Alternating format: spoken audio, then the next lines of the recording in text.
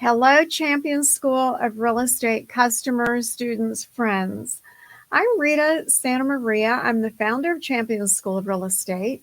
And as you know, we have our champions that come into the studio, or we do it via Zoom, and interview these wonderful longtime superstars in real estate or those that started very recently and became superstars, whether it's in real estate, loan, appraisal, or inspection.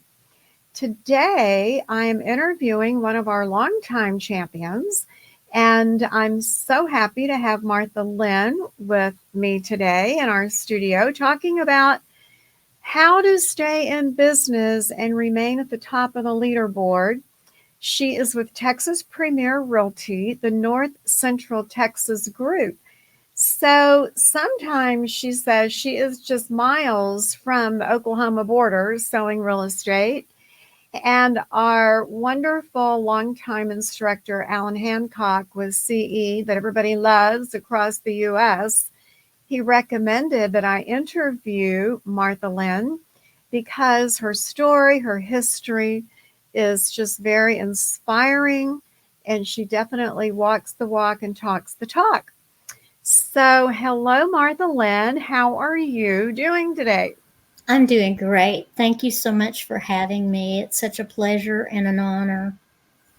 It is our pleasure and our honor to have you with our champions today in the classroom, on social media, all over our social platforms. I'm going to start right out with asking just some basic questions. Sounds And great. that is, how long have you been in real estate? And when and what was your defining moment that you decided to be an entrepreneur and start your real estate career? I started in 1987, and I started with a builder, and I had been a loan officer prior to that, and that was boring as it could be. And back in the 80s, you know how the business was. It was very, very crazy. There weren't as many rules and regulations, so it was a very wild time. And I had been working. I mean, the condo business was very large. They played loose. They played very loose with loan officers. I didn't, but that business was very chaotic. And you could pretty much get a loan if you could sign your name to a piece of paper and provide some type of um, proof that you had an income. And I was lucky that at the time I could speak Spanish, so I had a lot of Hispanic buyers, and I took more loans on the top of cars. But again, I did not enjoy that. And my ex husband was in the condo business, and he and his brother together were officers in that company. I was around it all of the time and all of the hoopla that went with that. And there was a lot of title people. I went to a lot of new home buyer seminars and represented loan officers, and I was around all of the builders. And so that is how I was engulfed in that business. And I saw that all of these people were making so much more money than I was. And I was like, I can do that. So I had a really interesting interview with one of the builders, and he was a major builder, top builder. I went to him and I told him, I said, I want to be, and this was like in November of 87. I said, I want to be one of the finals for the rookie McSam of the year for your company. And I said, I visualize things in the mirror and I visualize and write things down. I write my goals down. And he goes, why should I hire you, Martha? I know you don't have any experience. And I said, I have a lot of experience, just not with your company.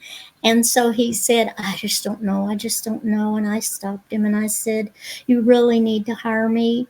He goes, why do I need to hire you, Martha? And I had just seen him at a function the night before. And I said, Bill, you need to hire me because I'm going to go across the street and I'm going to interview with your neighbor and I'm going to be their McSam finalist for Rookie of the Year. So he took a chance on me. And 2 months later, I was a finalist because they take a whole year in consideration. And I had sold 2.2 million of his homes by the end of the year, and the others had sold 5 million. And so I was a finalist with 2 months of qualifications, and my name was right up there with the other finalists that year. And I did what I said I would do. Fantastic. So I visualize, I tell myself, I do self talk, and that's how I got my start. And after that, I was very successful in the new home sales. And once you're successful with one builder, then other builders want you to come work for them when I'm you're, sure. yeah. And so I got some great experience, wonderful training. Back then, the builders did, when you came to work for them, you had to go through like a 6 weeks training, and then they videotaped you, which was very, very embarrassing because then you had to watch your. Very excellent. Uh-huh. I learned so many great, great things about how to sell new homes. But then you learn how to put yourself and your feelings and your personality and your emotional integrity into it. So I had Well, years. let me ask you, your longtime reputation in real estate sales. In fact, they call you Magic Martha, I'm told. Yes. She has the magic touch. What is your opinion as far as the overall major difference between selling new homes and selling pre-owned homes? I had to reprogram myself because it was real hard when I got a new buyer to not push new construction. So I always ask the buyer, first of all, what are they looking for? Because I cannot push my agenda on them. And it was hard becoming a real estate agent to turn that thinking around and to be fair and open up my mind because you have to do that. And so when they say, I don't want new construction, I would listen. And we would go look at resales. And I have sold as many resales as I have new construction. It seems like the tide has turned a bit to where people do want new construction because right now they are giving so many um, extras to people right now and providing lower interest rates and things that are advantageous and paying closing costs. And a lot of my buyers are veterans. We do a lot of business, probably 95% of my buyers are veterans. Well, So let us know again exactly what area is your, so to speak, farm area. my farm area is pretty much Dallas to Fort Worth and over to Kaufman County, where I stop because the other person takes over there. And then I go up to Denton. Denton is pretty far as north as I go. And I only go there because I have a special person there that I like to take people to because I trust them. They take Mm-hmm. good care of me. They took good care of my buyers. They know their business very well. I know the areas. I know Crowley, Burleson. There's certain areas that I know well, and you feel comfortable in an area where you You've know. just seen them grow and grow and grow. Yes. How did you get into the veteran specialist area? Jennifer and Eric, both my broker and her husband, that own our agency, which is a boutique agency, and they have purchased leads from, and they have a great relationship with Veterans United Lending. And so as soon as they get the leads, they let the people know that we work as a team. So they know that they're going to hear from me. And then once they say, I want to purchase this home, then I turn them back over to Jennifer and Eric. And they take care of all of the paperwork and all everything from contract to closing. Now, how large is your team and how did you decide to be a part of the team? They came and they solicited me. I was working for a builder and they didn't care for the person that I worked for. And we had had a meeting at their office one night. We were 2 hours late, and my manager was a little bit inebriated, and I was so embarrassed. And I was just so apologetic later on. I was just like, I am so embarrassed that we were late. And she goes, well, we didn't care much for her, but we really liked you. And so I was no longer working for that person a couple months later, and I got a phone call, and it was the broker manager of the company. And she said, this is Jennifer. And I was like, oh my God, why are you calling me? And she said, well, we really liked you, and you were selling about 8 houses a day. And um, Wow, that's fantastic. it was, I was the salesperson of the month before I was no longer there. And it was a real betrayal when I left. And, I that can those feel things that. happen in that business. And Mhm. so anyhow, I was just like, oh, you caught me at a kind of dark time in my life. And she goes, well, that's why I'm calling you. Would you like to work for our company? Well, when you're in the business, you have to put your real estate license on hold. So, and put it inactive. So I was just like, sure. And that was the beginning of probably the best days of my life. And what year was that? That was in 20, they called me the first part of January 2019. Oh, And okay. Right so, before COVID or era. it might have been 2018, but anyhow, and I've been with them ever since. And Well, it's I'm like gonna a family. It is, we are family. it I mean, is like family. When you find that particular company that you love and you can really just grow and excel and feel at home and comfortable, everybody helps each other. We tell all of absolutely. our new people, don't just wait for the first company that says we want you. No, You with at least three different companies, and if you don't find that home feeling that you're going to be trained, well taken care of on a regular basis, just keep interviewing. So I can tell the way you smile and talk about your family now, you really look out for each other. yeah. I And want to take you back a little bit. I want you, if you would, to tell our new people that are watching today. They're starting out in real estate. They just newly licensed. What activities would you suggest they do in order to get their business started? first of all, don't give up. That's the first thing. And then go for the extraordinary. Jennifer allowed me, first of all, we had training. Go to your training wherever you go. And don't slack up on the training because it's there for a reason. And Jennifer, also being the broker manager at our office, she goes over every single sales agreement that goes out of her office because she feels like that is important. And I wanted her to go over my contracts before they That went is out really important, very important. because you can make a mistake just because you've just finished learning law of contracts and passing your exam. You don't know diddly when you come out of that. You know Absolutely. nothing. You need people looking over your work for sure. I mean, just having just finished Ellen's class, I was just astounded at how many changes were in light gray in that book. And she teaches law of contracts. So I am just astounded at how much they can change from year to year. Year to And year, every 2 years. That's why all of our textbooks are updated regularly. But having absolutely, someone look over your work is really a wonderful gift, an extra in your office to have, and you she want that.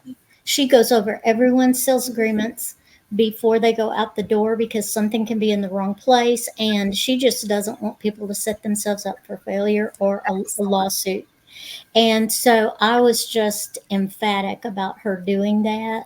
And she can do it in a hot minute. It took me 2 hours to do a sales agreement because I sweated blood over it. And, it just, that was not my forte. That's why I loved doing the sales portion of it. And that's why they came to me and said, let's do what you do best. We'll take over the rest. And So, I brand new person, you're knew, interviewing with companies. Definitely find someone that truly is going to hold your hand and for a while yes, and move you through the process. more or And less protecting your potential liability. and What also, other activities might they do? they need to ask questions, and they need to take someone in that office and see if they will let them just kind of be a surrogate and to be, just be their sidekick and take notes. Don't ask them the same questions over and over, because then they'll think, oh my gosh, they just want me to do the work for them.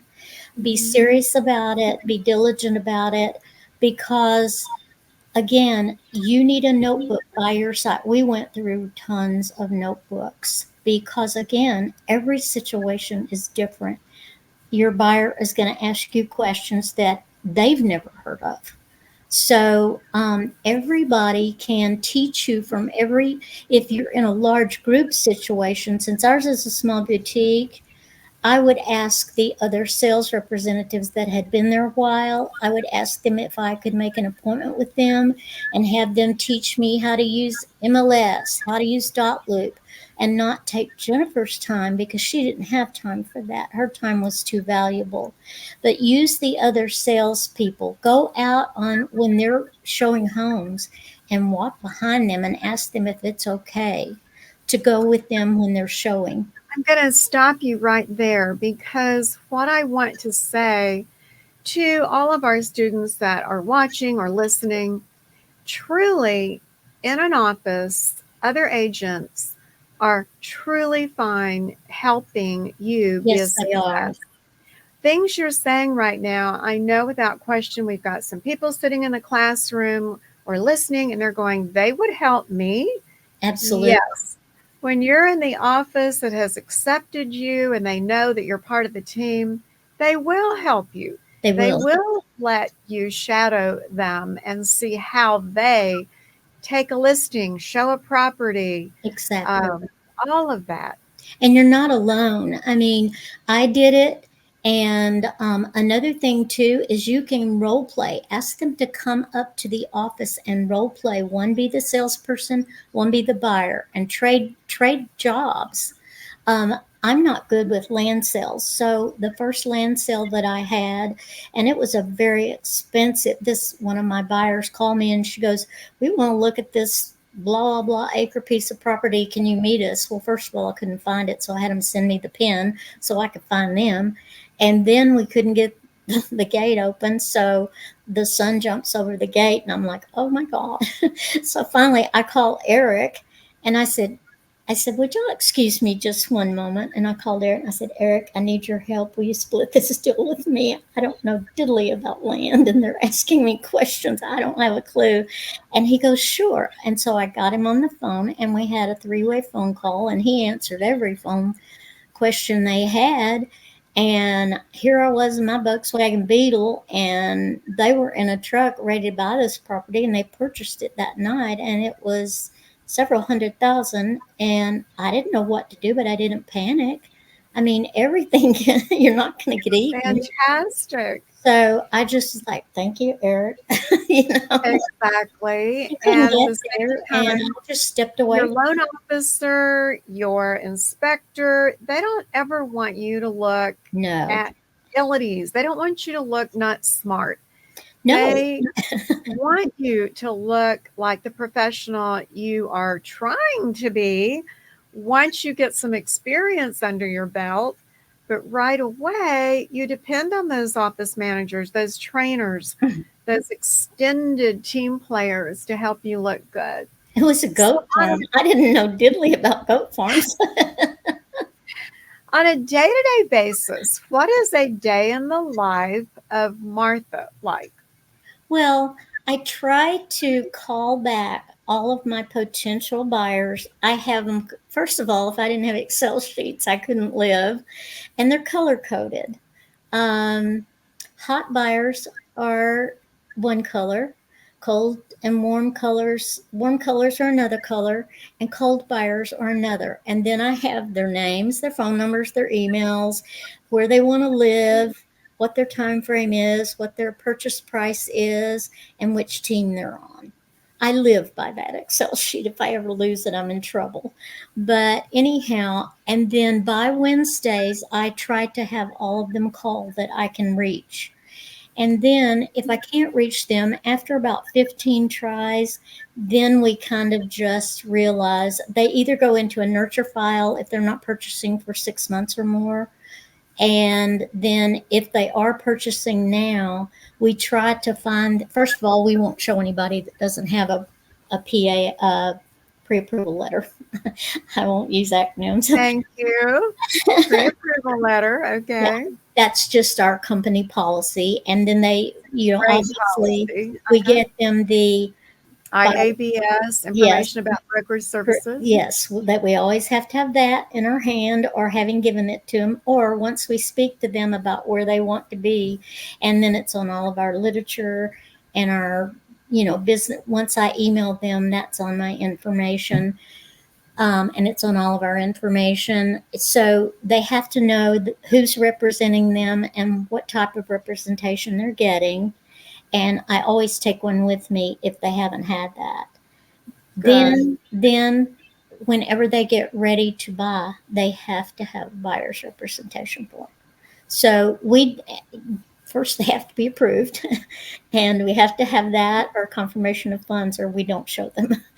It's just it's not that we don't want Just to. protecting everybody's interest. Well, and also too, you're wasting your time. If I could tell Yes. brand new showing agents, don't waste your time. Gasoline's expensive.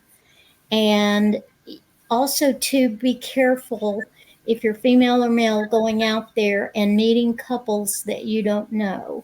Jennifer laughs when she teaches this course, and everybody needs to be careful going to meet people in the country or even in empty houses when you're showing someone you don't know. And Exactly.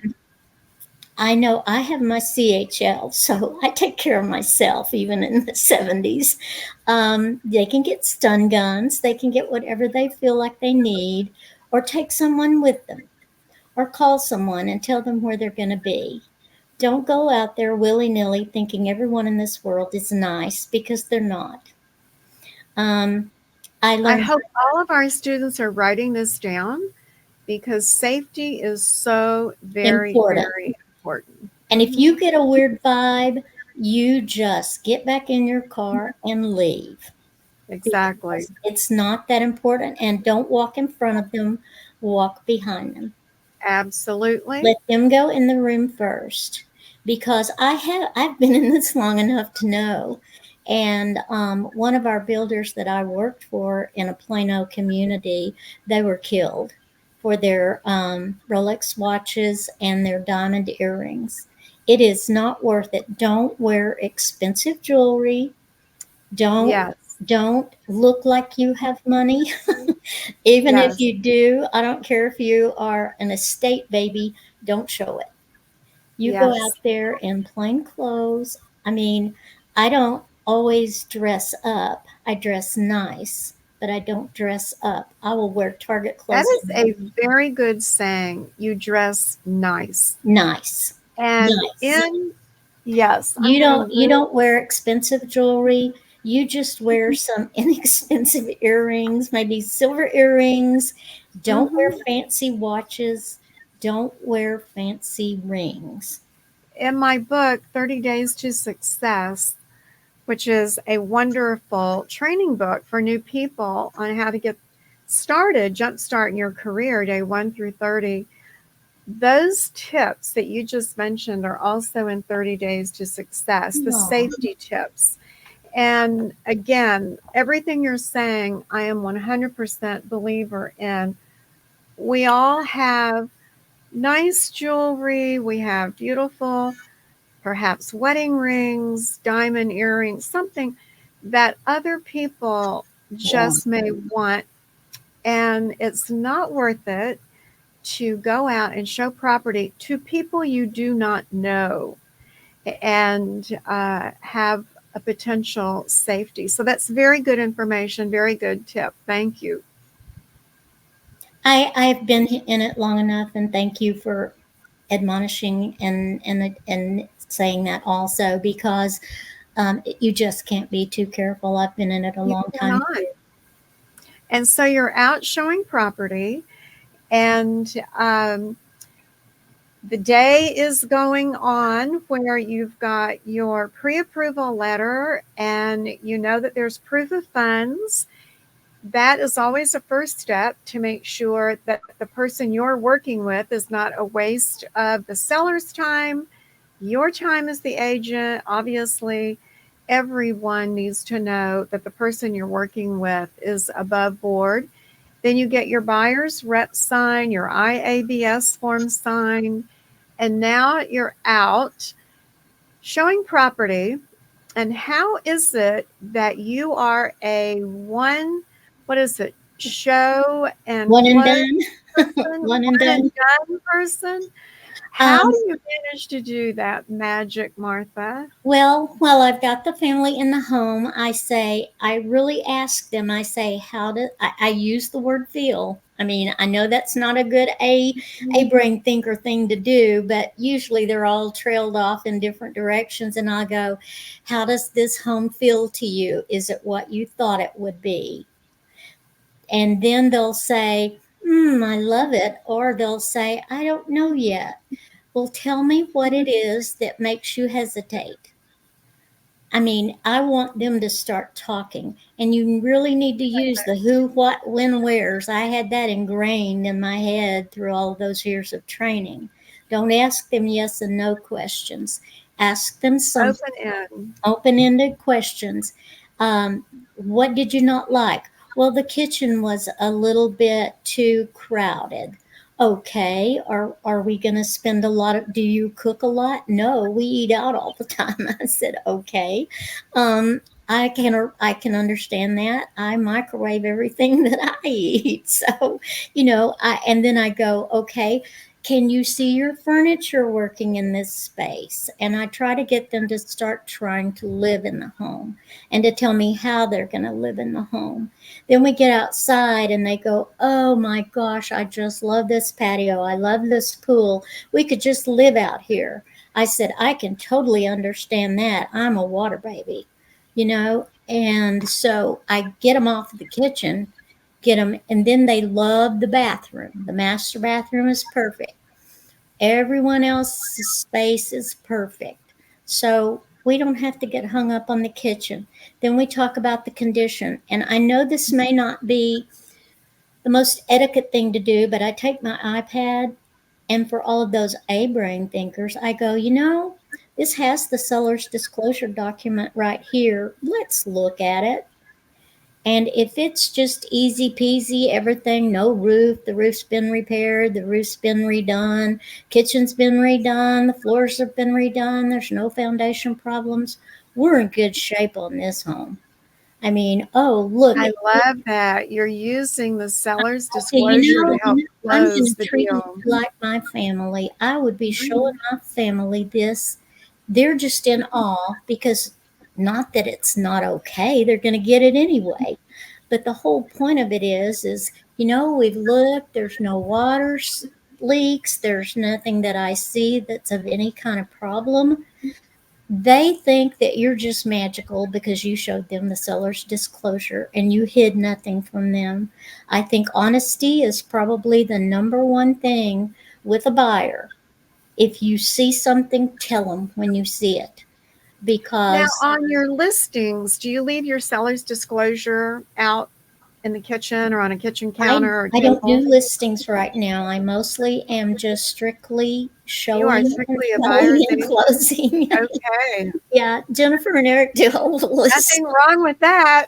Hey, listen. Hey, I just showed two homes this last week, and it looks like both of them bought. So Love I just it. need to move on to the next ones and keep. Oh, move on. Oh, they walked. Okay. Just They ready want for the me to just next two. run with the. And that's great for you to say And at because my so age, many it takes a lot of listening, pressure they're off. like, okay, is every one of her transactions coming together that she's so darn happy and joyful? And you Yes. decide, no, we just go on to the next one. Well, and I tell them up front, I said, "Oh, I'm going to be your grandmother today, or you're going to be my son today, and I'm going to treat you like family." And by the time it's all over, it's all peace, love, and, and joy. I mean, by the time, I mean, one time I had to get Jennifer on the phone, and she goes, "Oh, you are just so lucky to have Martha. She's just such a joy, and I'm so embarrassed, you know." And And Jennifer's like, that's how "Yes, it should you be. are very And happy." I'm sure it is a good experience with It's you, just Martha, fun. for It makes sure. it fun. You know, when you wake Now, up every day, it's fun. what do you do to keep up with technology? And what technology do you use or not use with your Um, marketing, with your sales? I take a lot of our listings and I'll repost them on my Facebook because Okay. Eric and Jennifer do a lot of that. And so I will post theirs. I post pictures of my buyers with the little sign, you know, that they've purchased. Um, I I do that sort of thing. I'm not a TikToker at my age. I don't go and jump around and dance and all of that. It's all I can do to walk a straight line, you know. Well, it sounds like you don't need to do that anyway. Your And production is I very robust. call my ex buyers because I Yes. sold one home and then I sold like four of their relatives after I sold it, my one of my first sales. And when you stay in touch with them, I go to their kids' birthday parties. That family is like family to me, and that You was a literally very become their agent for sure. yes. And another thing too is I thought outside the box on this. There was a little home. This was one of, I think it was my first sale that I actually got a Zillow lead. Everybody wanted this house with the red door on Waco Street. It was on Zillow, and I was in training, and the phone just rang off the wall. Everybody said, "Is that home still available?" It's $110,000. And Wow. finally, it got under contract. And we were all so happy because then it wasn't available anymore. And then finally, we noticed it was not for sale anymore and the sign was down. And so then I had a little buyer. I absolutely love her. And she called me and she goes, "I talked to the lady that's living in the house on Waco Street, and she's about to have her baby. And she said that she's still going to be moving, but she needs to sell her home." And I said, "Oh, okay." And so I went to Jennifer and I said, "Jennifer, is it okay if I call the realtor that had listed that home and see if she will?" I said, "Before everybody on God's green earth finds out it's for sale again," because this buyer just had the initiative to call her. And she was like 9.5 months pregnant with her first baby. So I Wow. call the listing agent and I tell her I have a buyer and would she please not put her sign back up, but consider selling this home to my buyer. She said, "Well, we've got some foundation issues and she can't afford to fix it." I said, "Well, she's in luck because my buyer, her dad, happens to fix foundations." So we worked it What all are the chances of that? we worked it Wow. all out. They got the home. They closed on it. They were able to work the $5,000 worth of foundation work into being able to be paid after it closed. And she had her baby. She moved out. She got the home, and she is still in it to this day and absolutely loves me. And then three of her sisters and sister in laws and brother in laws bought homes right after that. I love your telling this story because it shows and details how when you connect as a professional with your client, it's not just that one transaction that is going to basically stay with you the rest of your career. It's going to be everyone they know within their circle. Then you become their agent as well.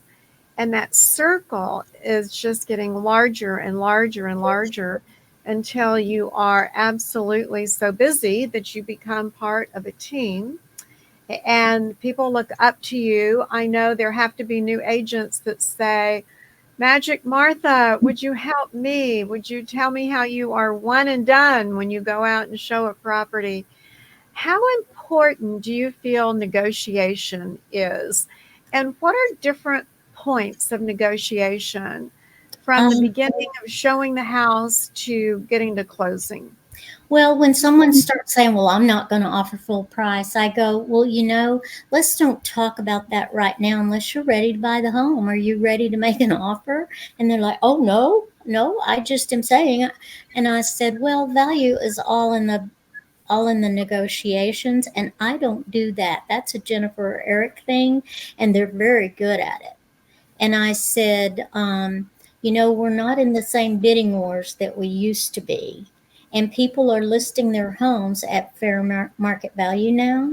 So I don't get into that conversation. But if you're telling me that you're interested in, um, you know, if you're ready to Fine, make, yeah, then we that's a can go buying there. signal. When someone says, "I'm not going to pay blah, blah, blah," that is a buying signal, period. So just Yes. accept it as that. And I have learned that you just take them right up front and say, "Oh, are you ready to buy this home today?" "Oh, no, I didn't mean that." So that just kind of makes them stop. And Exactly. then you can go on and you can say, value, it's the value. You have to think about value, not price. What is the value of this home to you? What is the value of your security, your family? What is the value of ownership? There are a lot Commute of to work, commute to your church, commute to not the renting. park, Mhm. the grocery store. What is that value package What's exactly? the value of Good word. equity? Yes. And Hmm. what's the value of equity and not having noisy neighbors living above you, not having your car broken into at an apartment complex? What is the value that you have? What is the most important thing and why do you want to move? Those things are really important. So you shouldn't really be like, "Do you just love this home?" What is the value of why you're purchasing? Good points. It's the main Well, thing. what do you do in your spare time when you want to have fun and move away from work? First of all, I wrote a children's book in 2017, and my Congratulations. 10 grandchildren helped me. So my spare, Wonderful. yeah, it's called Joshy and the Giant Goldfish, and my grandson Josh and I had a little pond incident where he almost fell in a koi pond when he was 3. So by the time he was 9, he and I and all of my other grandchildren helped write this book, and we had so much fun doing it. That And is yeah, absolutely outstanding. thank you. And Can we buy that book yes, somewhere, somehow? it's on Amazon, It's on and Amazon. it's And by tell us the me, name again. Joshy and the Giant Goldfish. And it's Jackie and probably the for, Giant Goldfish. yes, and it's probably good for kiddos that are about maybe 2 to 3, up to about 10 years old. It's a nighttime story, about a 25-minute read. And it's just one of those books that it's all about being good and kind and doing the right thing and making friends that you never had before. And it's about a little boy that he goes out with his parents and goes on a fishing venture, and the boat capsizes and he gets lost and finds his way home. And he has 3 jungle animals that help him and a giant koi fish. I can just hear your beautiful voice on Audible reading that book to Thank you. children. And you can get it on Audible, and you also, there's a little app where you can do a coloring book and the kids can read it themselves if they're old enough and then color it and I am erase so it. So proud of you. thank That you. is Thank huge. you. It was quite the venture and I love doing it. So, but anyway, it's a piece of all of us. And my Well, Martha grandchildren are Lynn, pretty go special. ahead. I was just going to say that's where I spend my time with my 3 sons With your and their grandchildren. families. So Love it. I love the It beach. is time and the beach. I could tell it was beach because you said something about being a water baby when you were out in the Yes. patio by the pool showing property. Yes. I just want to say this has been delightful. Oh, thank You you. and I could talk the whole afternoon. You have so much to offer. And I know with our students, you come across, and I know you are so very genuine, so very, you used the word trust a little bit ago, and trust is so very important. I know your buyers trust you. You have all of the stories and the examples as to why people refer their friends, their children, and just keep that circle of referrals coming in.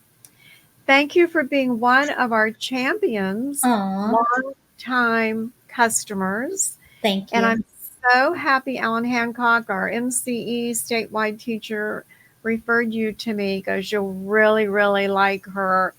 So, Texas Premiere Realty, North Central Texas group, you have one jewel of an agent there. And Martha Lynn, thank you for your time today. Is Thank there maybe you. one last thing you'd like to say to our students before we sign off? I just want them to know that they should always have self love for themselves and to keep that in mind, because as long as you have that positive self love, that's the most important thing of all. Beautiful words to end on. Thank you for those. And thank you for your time today. So, students, we will see you next time. And I know you got wonderful pieces of information from Martha Lynn and all of our YouTube videos as well. This will be on podcast the very next day, tomorrow. So enjoy, learn a lot, and good luck with your careers. Thank you. Bye. Thank you for asking me. Thank you. Bye.